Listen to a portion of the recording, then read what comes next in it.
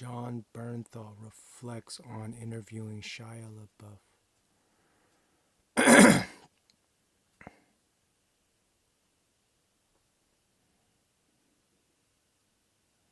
This road is a death trap. The end of AI art. Ooh, lawyer explains stable diffusion lawsuit. Creed 2. Well, let's see what really happened when Steven Seagal fought Bruce Lee. Looking for an easy way to run Windows on Mac? Say hello to Parallels Desktop. Hey man, I was today years old when I found out that Steven Seagal said that he fought Bruce Lee. That's how I met Bruce Lee, was through James. Tell me, I was going to ask. So you met Bruce Lee. Tell me about your experiences with Bruce and what was he like and how did you get on with him? Or did he? For some reason, he never had anything bad to say about me. I was quite interested in Aikido. Why the fuck you lying? Why you always lying? Hey man, I'm about to put someone on blast, so y'all might want to stay tuned for this video.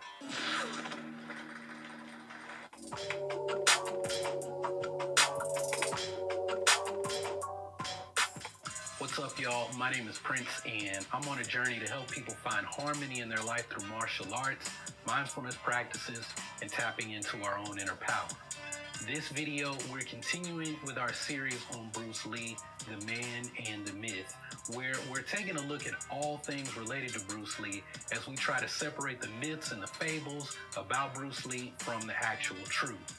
Now, we're going to be taking a look at this story about Steven Seagal's alleged relationship with Bruce Lee that I just learned about just a few days ago.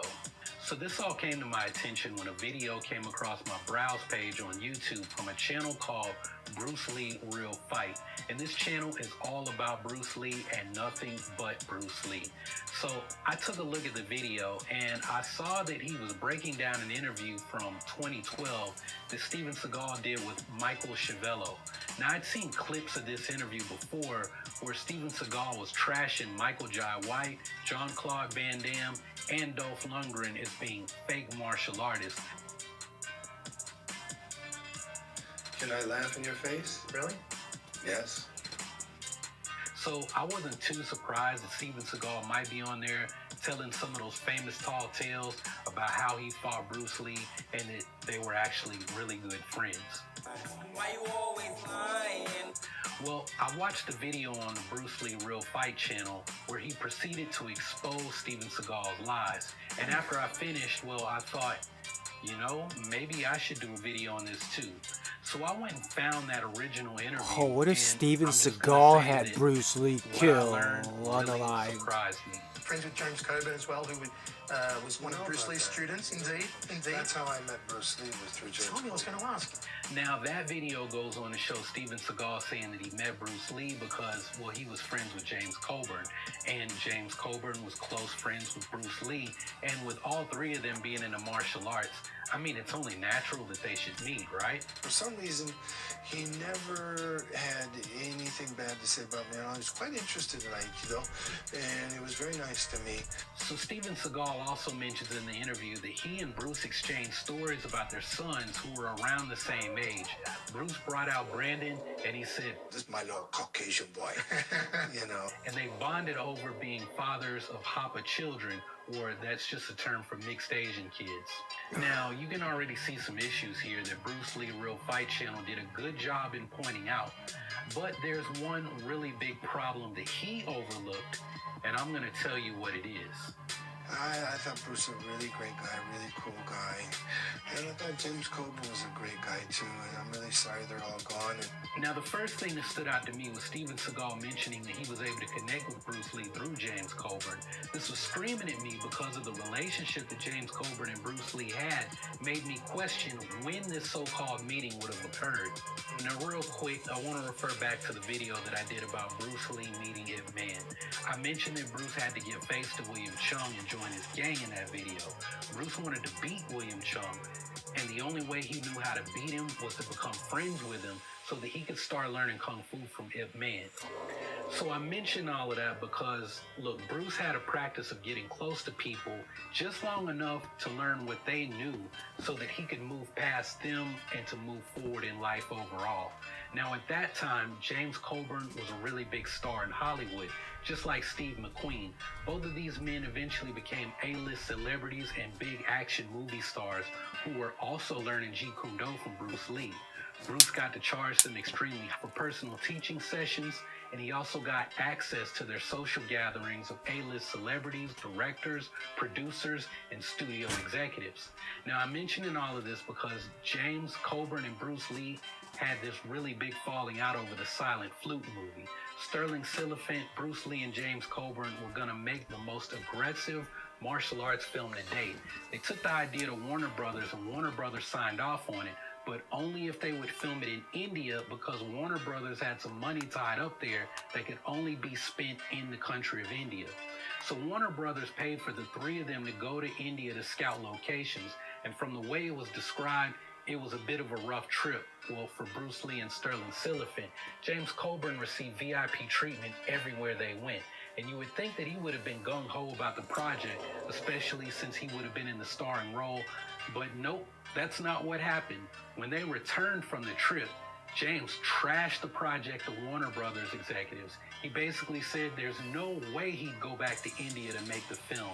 Bruce was furious, and at that time, he really needed the money, and this could have been his big break in Hollywood.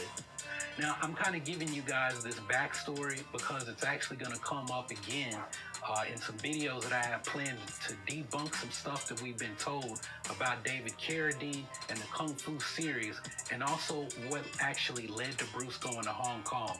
It was this incident with James Coburn causing Warner Brothers to axe the Silent Flute movie that made Bruce leave to go to Hong Kong and make movies. Friends with James Coburn as well, who was one of Bruce Lee's students. Indeed. That's how I met Bruce Lee, was through James. Tell me, I was going to ask.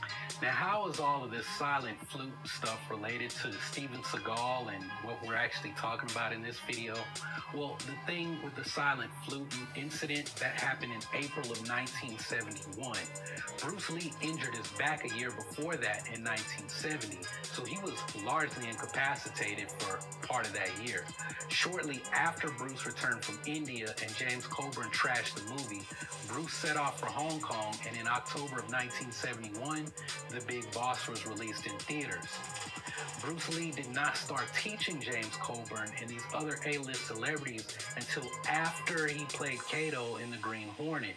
So that leaves like a 4-year gap, or really a 3-year gap between 1967 and 1970 before Bruce injured his back.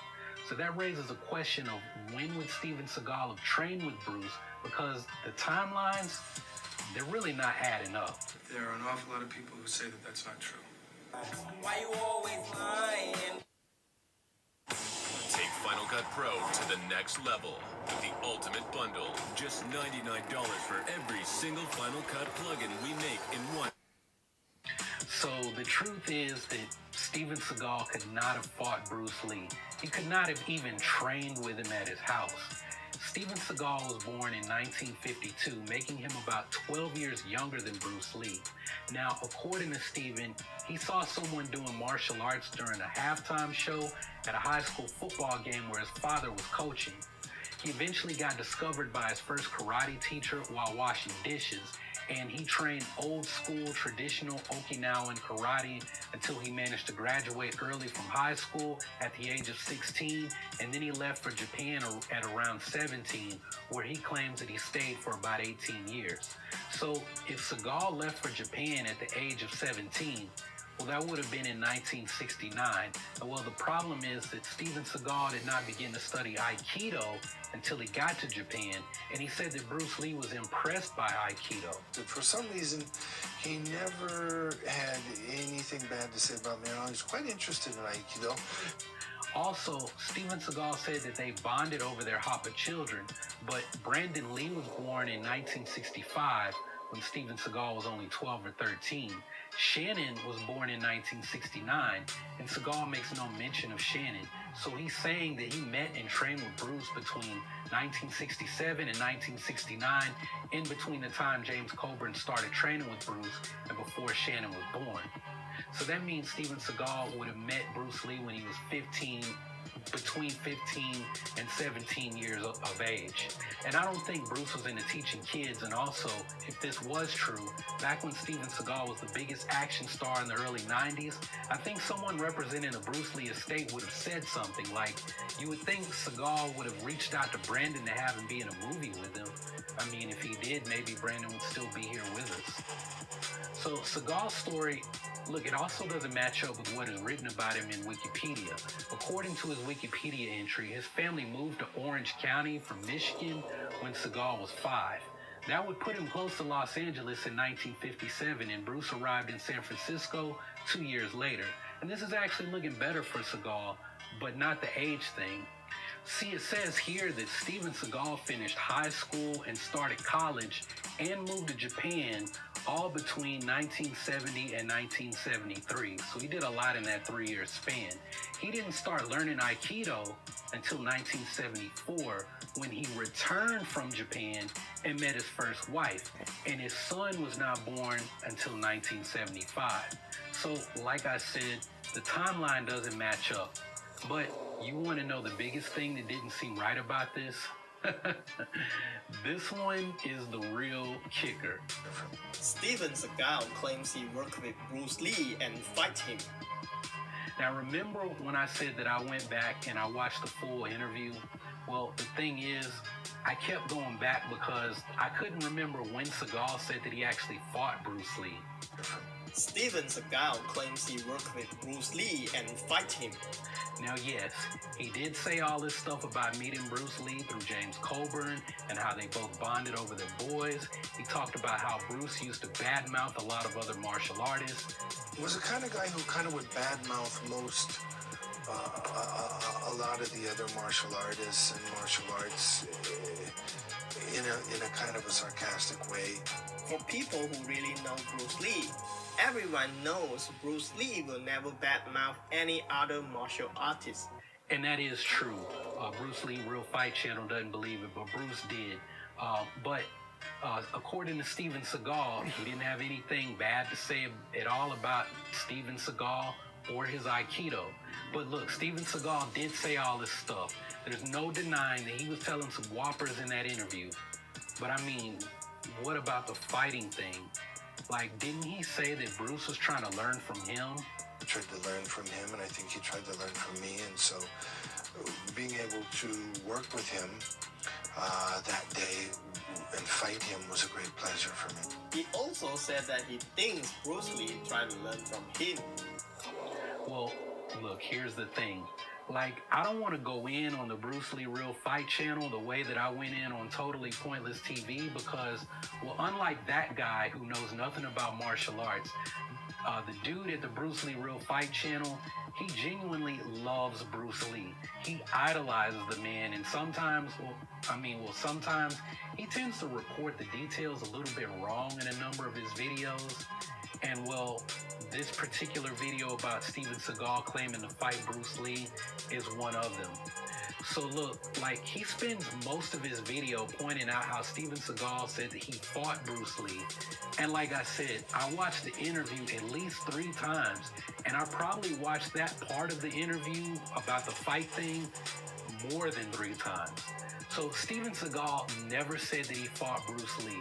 Being able to work with him that day and fight him was a great pleasure for me. The guy running the Bruce Lee Real Fight Channel, like, he must have been confused on that part, and I don't think English is his first language. So I'm going to give him the benefit of the doubt and say that he was confused, or otherwise he flat out lied in the video. Oh, come on! Come on, 6. What? But look, Steven Seagal did a fight scene with Dan Inosanto, Bruce Lee's best friend and student in the movie Out for Justice. It's basically Aikido versus Eskrima when Seagal's character and Styx, played by Guru Dan, have a short fight during a fight in the bar scene in the movie. So Segal was talking about that fight scene that he had with Dan Inosanto and not Bruce Lee. The conversation about their fight scene segs into the conversation about James Coburn and Segal allegedly meeting Bruce Lee. I was going to say, Dan Inosanto, at one stage, Bruce Lee's #1 student. You also... And teacher. And teacher. Friends with James Coburn as well, who was one of Bruce Lee's students. So I believe that Segal probably did get close to Linda, Brandon, and Shannon, the Lee family, through James Coburn and Dan Inosanto after he had already achieved some success in Hollywood, so late 80s, early 90s. So Steven Seagal obviously did not fight Bruce Lee, but he also didn't lie about it because he never said it. This was a mistake made by the Bruce Lee Real Fight channel. And now Segal did say that he met Bruce through James Coburn, and I mean, yeah, maybe he met Brandon. Why you always lying? So I'll give him that one. And I mean, Brandon's full name is Brandon Bruce Lee. But still, like, how do you confuse